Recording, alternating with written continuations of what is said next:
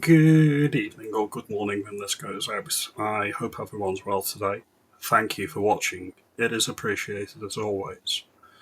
So Tutti has done a bit of a cabinet reshuffle today. Yvette Cooper's become the Foreign Secretary.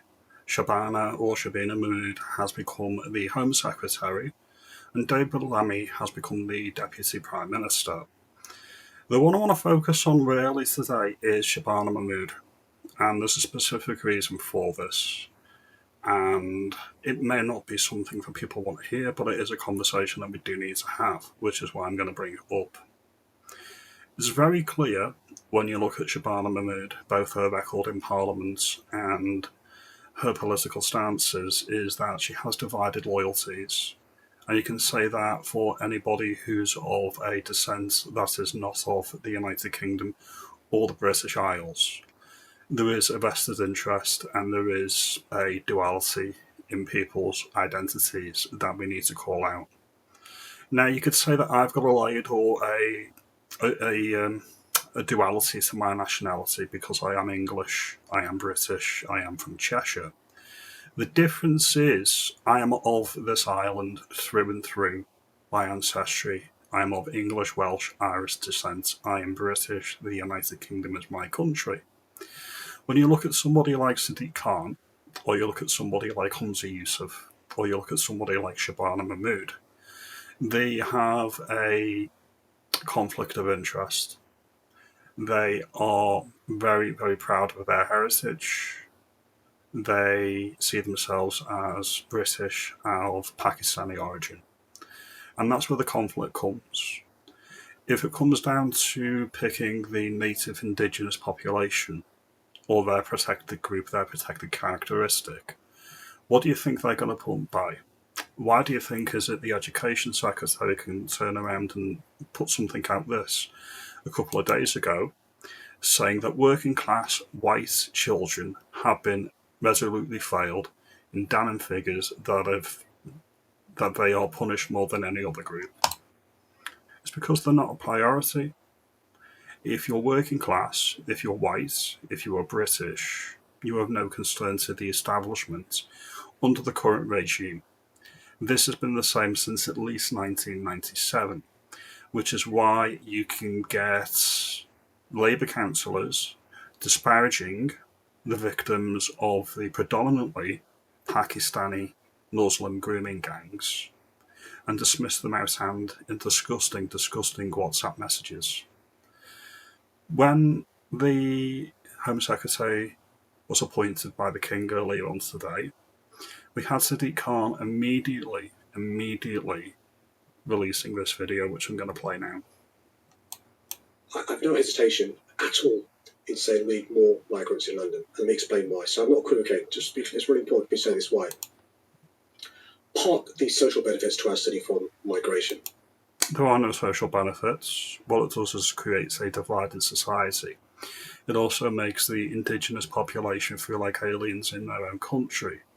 When I go to London, when I go to Glasgow, when I go to Manchester, when I go to Liverpool, the white British are now minorities in their own homeland. I feel afraid, I feel intimidated, and it's something that's been done to us, something that's never been remedied for. And a few years ago he put this one out, so I'm going to play this one now. A big thing I know that many Londoners who are Muslim face is their children not fulfilling their potential. Often. Yeah, children not fulfilling their potential, but as we've already covered, Mr. Mayor, the white working class is the disadvantaged group in their own country. They're underemployed or in jobs that they can do better jobs, but they haven't got the skills. Every Londoner who is on low income or not working will get free training together. But if he has to pick between the white man or somebody that is a protected characteristic, you know exactly who he's going to pick. The skills for jobs that are created in London, really important in this great city. The other big issue facing Londoners, particularly Londoners of Islamic faith, is the issue of housing. It's not just that. It's the globalist regime that has priced people out of housing. The native people have been driven out of their capital city by mass migration.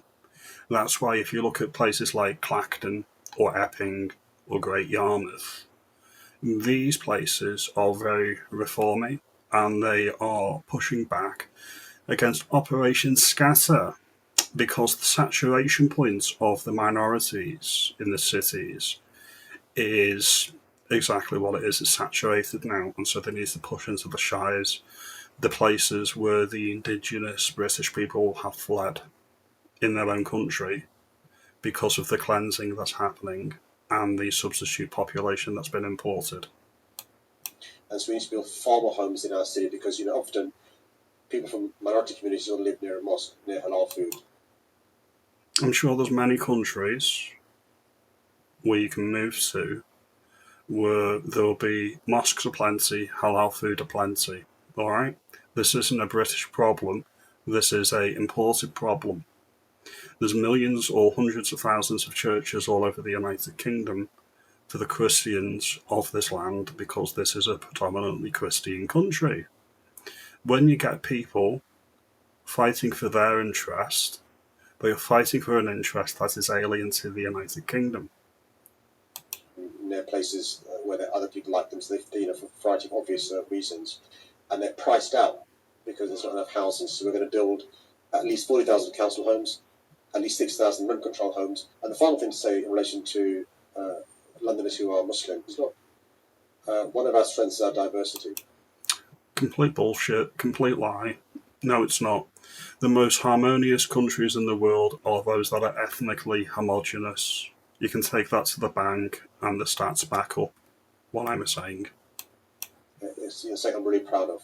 I've organised, since I've been there, events like Eid in the Square, Ramadan Lights, and so forth. Why is that important? It gives a sense of belonging.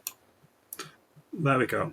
So he's all about importing alien cultures into the United Kingdom, and that's the corner that he's going to fight.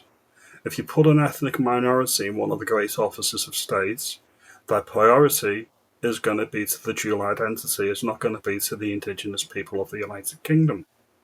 If you go to Pakistan, if you go to India, do you think that somebody that looks like me would be elected to office?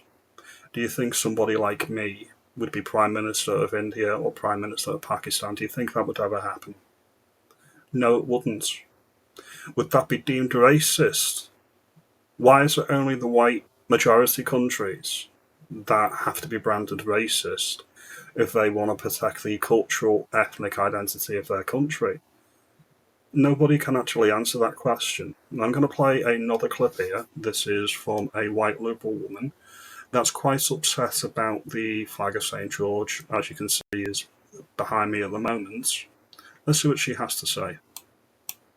So, I've just driven all the way from London down to Margate, down the A2, and every bridge, almost every bridge that we went down over the last couple of hours has got a St George's flag on it.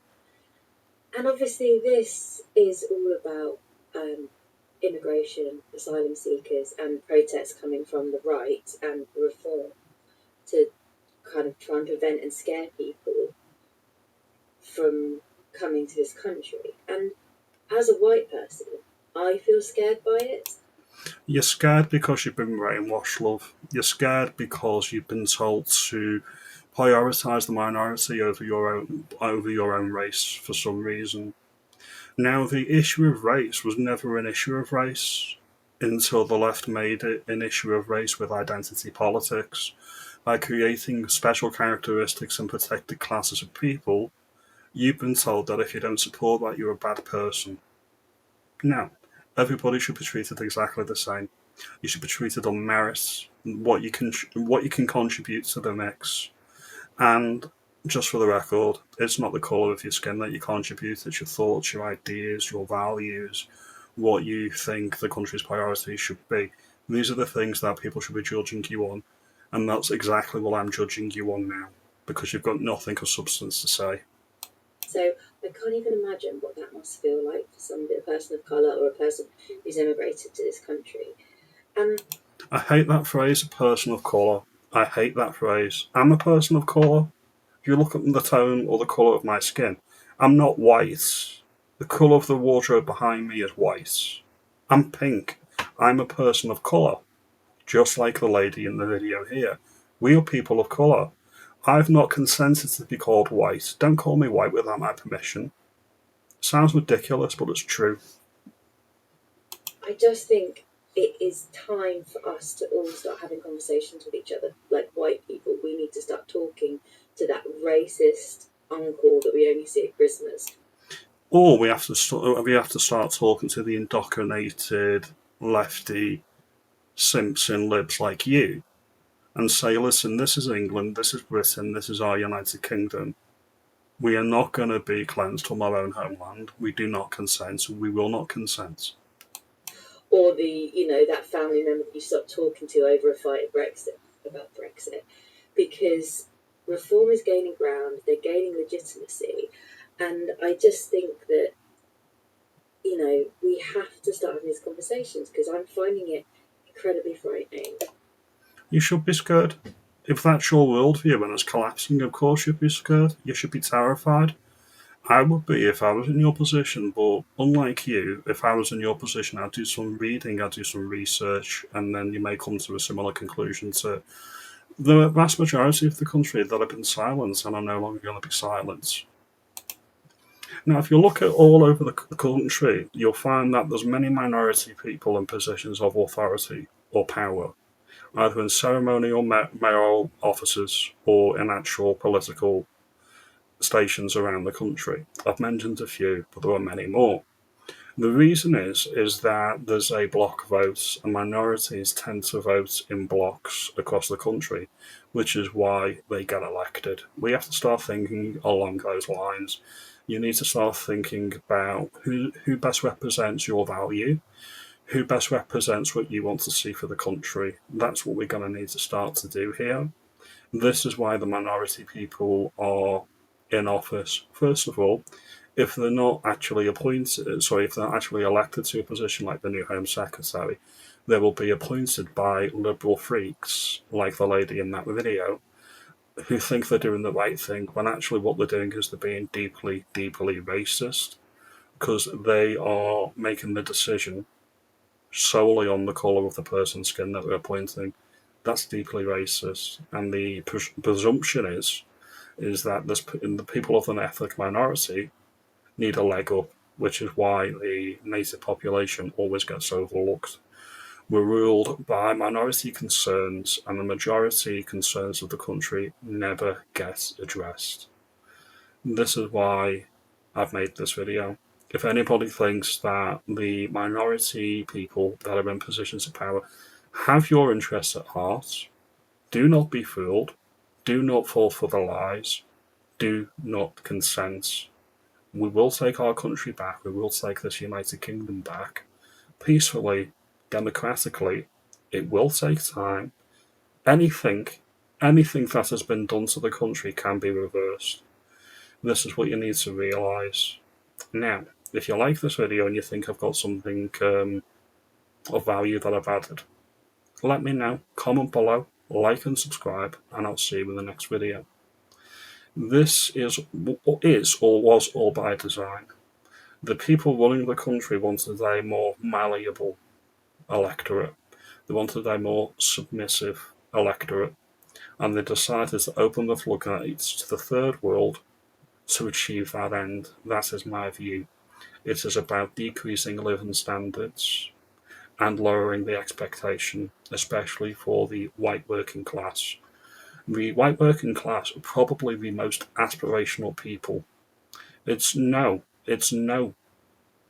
surprise, and it is no coincidence that about 90% of modern inventions came from the West, and specifically the Anglosphere: Canada, New Zealand, Australia, United States, and the United Kingdom. That's no coincidence. That is because we tend to want to aspire to be better. The socialism that's been imposed on us from on high doesn't like that. They want you to own nothing and be happy. That needs to change, and I think it will change. Have a good evening, have a good morning, and I'll see you in the next video. You have a good day.